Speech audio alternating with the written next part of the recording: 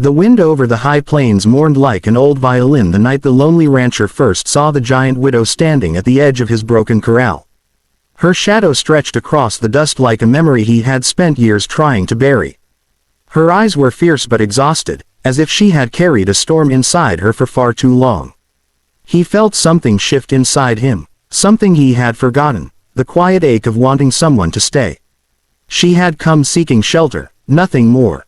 Rain clung to her like shattered glass, dripping from the heavy fabric of her travel coat. She whispered that she would leave by morning, that she had nothing left to offer anyone. Not trust, not hope, not a future. But he sensed the truth behind her trembling voice. She wasn't running from the storm outside, she was running from the storm that had taken everything she loved. He invited her in with a soft nod, careful not to intrude on whatever grief she carried. She entered his small cabin, ducking slightly beneath the low wooden beam, her size contrasting with the gentle hesitation in her steps. The firelight flickered against her face, revealing a woman who had once been unbreakable but was now holding herself together by threadbare courage. He offered her tea, and she accepted with a whisper of thanks. Hours passed in quiet. She didn't remove her coat at first, gripping the edges as if letting go would make her vulnerable again. But when she finally loosened the clasp, he froze, not because of anything inappropriate, but because of the bruises that climbed up her arms like dark fingerprints of the past. She tried to hide them, pulling the sleeve down quickly, but he had already seen enough to understand she wasn't just a widow, she was a survivor. She apologized for troubling him, for showing more than she intended, insisting, "One kiss, nothing more, that's all anyone ever asked of me before they demanded everything."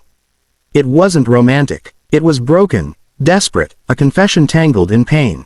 He didn't touch her, didn't move closer. He simply told her she was safe here, and for the first time in years, someone believed her without asking anything back. As she sat by the fire, her shoulders relaxed slightly, though the tremble beneath her skin remained. He told her stories about the ranch, cattle that ran wild, storms that scared even the sky itself, and a life lived mostly in silence. She listened quietly, her breath slowly evening out. She had not known peace in a long while, but something about his voice softened the walls she built.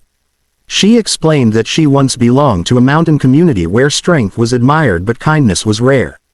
After her husband's death, suitors came seeking her land, her height, her labor, not her heart. When she refused, they took out their anger on her spirit, leaving her with scars she no longer had the strength to hide. She fled with nothing but a small bag and the hope of beginning again somewhere no one knew her name. He told her she could stay as long as she needed. She looked at him like she didn't believe him, like promises were dangerous things that once turned on her. But the rancher had lost pieces of himself too, a brother in a river flood, a mother who died whispering she wished he'd find someone to bring light to his quiet life. He thought maybe the giant widow was that light, even if she didn't see it yet. Night deepened. She stood to return to the small room he had offered. Before walking away, she whispered that she wasn't afraid of his silence. She was afraid of being a burden again. He told her gently that burdens were carried, not feared, and that her presence felt more like a sunrise than a storm. She paused, breath shaking, as if those words stitched something inside her back. Together, the cabin creaked softly under the weight of the wind outside. Inside, there was only warmth. Only the fragile beginnings of trust. She turned to him and said, almost trembling, "I don't want anything from you, just kindness. Just a place to breathe." He nodded, feeling his throat tighten. For the first time in years, the lonely rancher didn't feel quite so lonely. Morning came with a sky painted gold, the kind of dawn that felt like a promise. She stepped outside, towering yet gentle, staring across the rolling fields as if she had never seen something so wide, so free. The rancher approached quietly, offering breakfast. She hesitated before accepting, still unused to receiving anything without a price attached.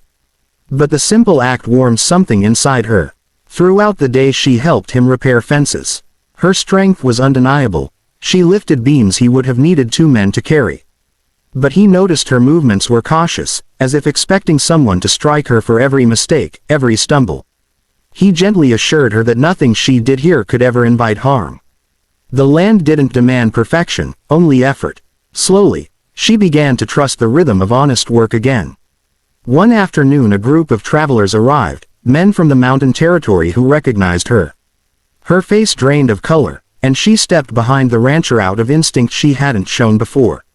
The men demanded she return, claiming she owed them property, labor, respect. The rancher stood firm, saying she owed nothing to those who hurt her. The confrontation escalated until the men realized she wasn't alone anymore. They left with warnings, but he saw fear ripple through her like lightning. She spent the evening pacing, hands trembling. He found her sitting behind the barn, head lowered, blaming herself for bringing danger to his ranch. He knelt beside her, telling her she was worth protecting, worth fighting for. Tears gathered in her eyes, silent, heavy tears of someone who had forgotten how it felt to be defended without expectation. She whispered again, "One kiss, nothing more, that's all anyone ever wanted from me." He told her he didn't want anything she wasn't ready to give. As days passed, her laughter began returning in soft sparks, surprising even her. She cooked, cleaned, repaired leather, and gently teased him about how seriously he took his chores. He found himself smiling more, speaking more, breathing easier. She brought life to the ranch, not through her size or her strength, but through the gentleness she had once hidden for survival. Then the twist came. The mountain men returned, this time with papers claiming legal ownership of her husband's old land. They believed forcing her back would secure it. She trembled with anger, not just fear, daring to stand her ground. The rancher rode with her to the nearest town judge, where she told her full story for the first time. Her voice didn't break, it roared, steady, powerful, honest. The judge ruled in her favor. Her freedom was legally hers, for the first time in years. As they rode back, the rancher realized how much she had transformed, not into someone new, but into someone who finally remembered her own worth. She looked at him with gratitude shining like morning light.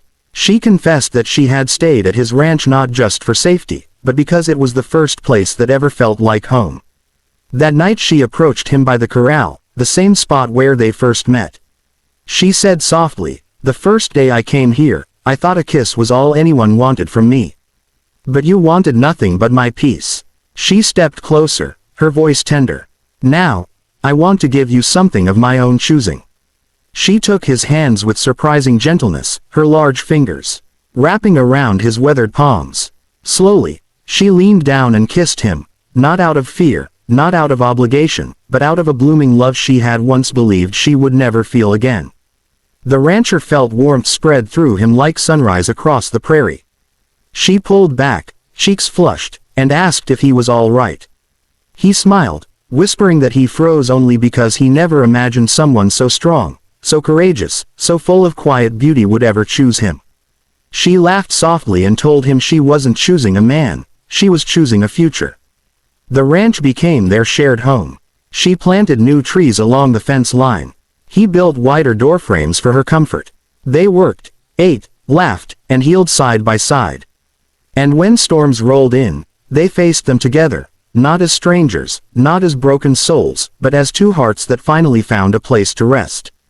In the end, the lonely rancher was lonely no more, and the giant widow never again had to whisper, "Nothing more." She had found everything she lost, and everything she'd never dared to dream.